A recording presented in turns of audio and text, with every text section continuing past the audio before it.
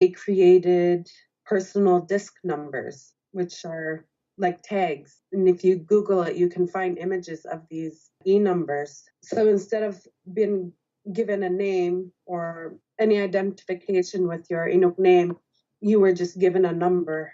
My own mother has an E number. She was born and she was given an E number. She's E31625. My Atatatia, my grandfather, he was E3796. And my youngest aunt, she was born in 1969, which really isn't that long ago. She has an E number and she's E31956. So these were Eskimo identification tags or discs. I say E numbers, but that's because of the region I'm from. The E Eskimo tag numbers, there was E numbers. The E was for Eastern Inuit, and they had a W for the Inuvialuit and Inuit, who are more Western Canadian. Inuvialuit, Inuit, so they have a W number, I believe. I've spoken to aunts and uncles who have had troubles getting like a passport because they didn't even have a birth certificate. They were born and they were given an Eskimo tag. So there was challenges with that. It wasn't until I think 1970 when the Project Surname happened, and that was to replace the personal disc numbers. And you are Inupiaq, the Inuit understand how important naming is. If you ask someone what their Inuk name is or what their Inupiaq name is, it's you're going to get a whole story on it, and it's a story that's shared with love and pride and so much meaning. I'm named after this person, and these are the traits I take on after her, or these are the wishes that were bestowed upon me because of who my name is. So our names are something that's very meaningful to our culture. To get a number, it's dehumanizing. And I think that's why so many people in the generation before me have a really hard time with that word Eskimo. It's not just a word. People identified them as Eskimos in such a negative way, racist, with hate, with disgust, but also, the way the government identified us with these tags. It's shameful.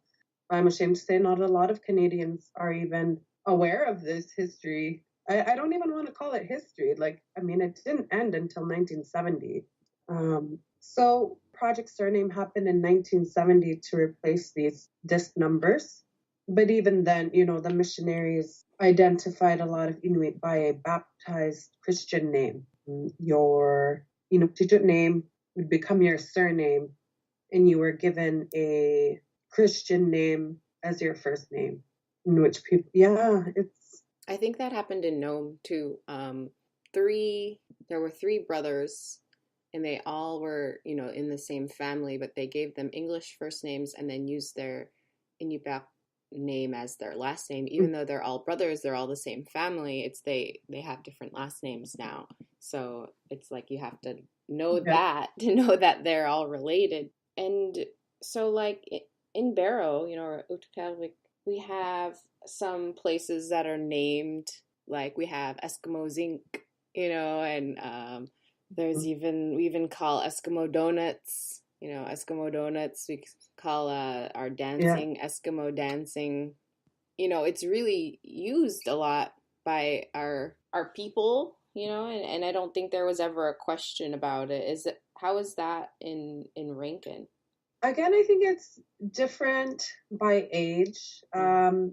I feel like my generation, sort of the younger generation, we didn't use it in the same way, but it was more of a playful joke word. Like, it was just something we'd laugh about because to us it was just ridiculous. Like, we're not Eskimo. And obviously we see the different, like Eskimo pie or old ads and stuff like that. And we knew, when we were young teenagers, we knew, of course, they're talking about Inuit. So it was just like a ridiculous thing to us, like, Eskimo, So it was kind of more, a word that we'd joke around about, or, it was a playful word. we'd laugh about it. Sometimes, though, we'd hurt some feelings without meaning to. If there was an adult around and, they heard us sort of joking around about being Eskimo, that was painful and offensive to them. So it's something we really had to think about and learn about and be careful with. It's like that here in my community. One of the next town over is Outvet, formerly known as Eskimo Point. And a lot more people there, I think, a lot more Inuit there, they'll also have a different attitude about that word, and I've met friends who are, I'm Eskimo, I'm proud to be Eskimo, and they use that word. Yeah. And it's not offensive to them. They're proud of it. And I have my own personal feelings. Like, I don't get hurt by it. I joke around about it, or I'm proud of it too. I think if the world knows us as Eskimos, that's okay. But it's a tough one because it does mean something different to other people. But we have commercialization of Eskimo. We have a football team here in Canada, the Edmonton Eskimos, and there's two sides to this. There are Inuit who are really upset about it and want them to, change your name. We're not a logo. We're not a mascot. We're people. And then the other side who's like, I'm so proud of our Edmonton Eskimos. This is our team. Like, leave it alone. They're really supportive of that. And they, again, have pride in both their identity, the word, and the football team, I guess. They'll wear the Edmonton Eskimo jerseys. Yeah, it's tough because there's two sides, and our sort of Inuit national leader for Inuit Tapari Kanatami, he's just been reelected, but Nathan Obed, that was one of his goals was to have the Edmonton Eskimos change their name. But while he was doing this, he got a lot of negative feedback from a lot of Inuit that are saying, we don't care about a football team. We don't care about that. We have bigger issues. We have housing, healthcare, education, food security. Why are you wasting your time on this? For them, it didn't even matter. Like, don't waste your time. They wanted sort of more of the other social issues addressed, which were being addressed still,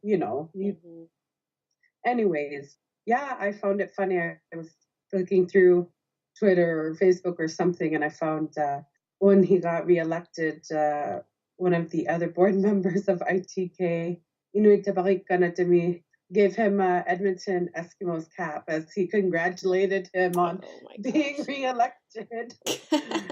I thought that was pretty funny. You got to take some of these things lightly. It's a tough one.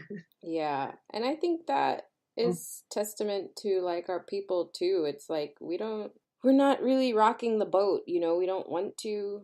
It's kind of like our survival depended on not rocking the boat, right? In the old days, like, you don't want to get up in arms about something so small. But then that also just begs the question to me, like, if our identity, if our name is so small when we have such a connection to it in our everyday lives, as our individual names, why is it anything different collectively? And maybe we should care, or maybe we shouldn't care. I don't know. That's the question, and I agree with you that I personally don't get offended. Like, to me, it's a small thing. It's not a big deal. But I really do carry a lot of empathy and care for those people who are offended by it. I don't want them to be offended by a word. I want, but I think it just goes deeper than that. Like, they've gone through trauma, they've gone through abuse, and to hear that word, to hear the word Eskimo, like, it's triggering for them. It gets them upset. It gets them angry. They're in pain. So I do carry a lot of empathy for them. Like, I don't want to see people in pain. I don't want to see people hurt. So it's tough. I don't think that we're ever going to come to a place where we're all in agreement. Because the beautiful thing about Inuit is that we are so diverse. We're in all these different countries. We are more alike than we are different, but we are so diverse. Words we use, the languages we have, the traditions we follow. It's beautiful. And I think that we need to appreciate more of our differences. Wow, I don't know, even the clothing, the words, the language, everything. Like, I love Inuit culture. I don't think we'll ever be at a place where we're all in agreement of what to do. But I do think that as time goes on and as we evolve, that word is just going to phase itself out. People are just got, we identify ourselves as Inuit, Inupiaq, Yupik, Inuvialuit, Inuit, Kalaallit. We're so diverse. Just I love to just embrace that. And as far as the word Eskimo, I think it's just gonna phase itself out. Like over time, we. There you have it, folks. I really hope that this discussion encourages you to re-examine your own identity as a Native person, your own relationship with your Native name, and how that fits in this world. What's in a name? Does it matter how we identify ourselves and how others identify us? I hope to do another episode with a Native American or American Indian focus to ask some of the same questions, but that will have to be on another episode. I'm Alice Kuniklen. Thanks for listening to episode 4, Eskimo versus Inuit on Coffee and Quap. Over and out. Dovra.